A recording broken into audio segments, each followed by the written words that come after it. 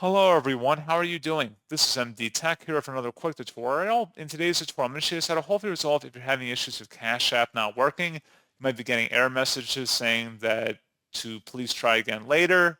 And in today's tutorial, I'm going to show you guys how to hopefully resolve that.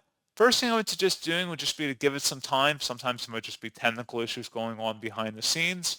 However, if you come back hours or days later and you still have a problem, you can go ahead and swipe up on your home screen and select Settings, select the Apps tile, and then you will select where it says See All Apps, and then go down to where it says Cash App in here, select that, and select where it says Storage and Cache, select where it says Clear Cache, and then relaunch the Cash App application to see if that resolved the problem.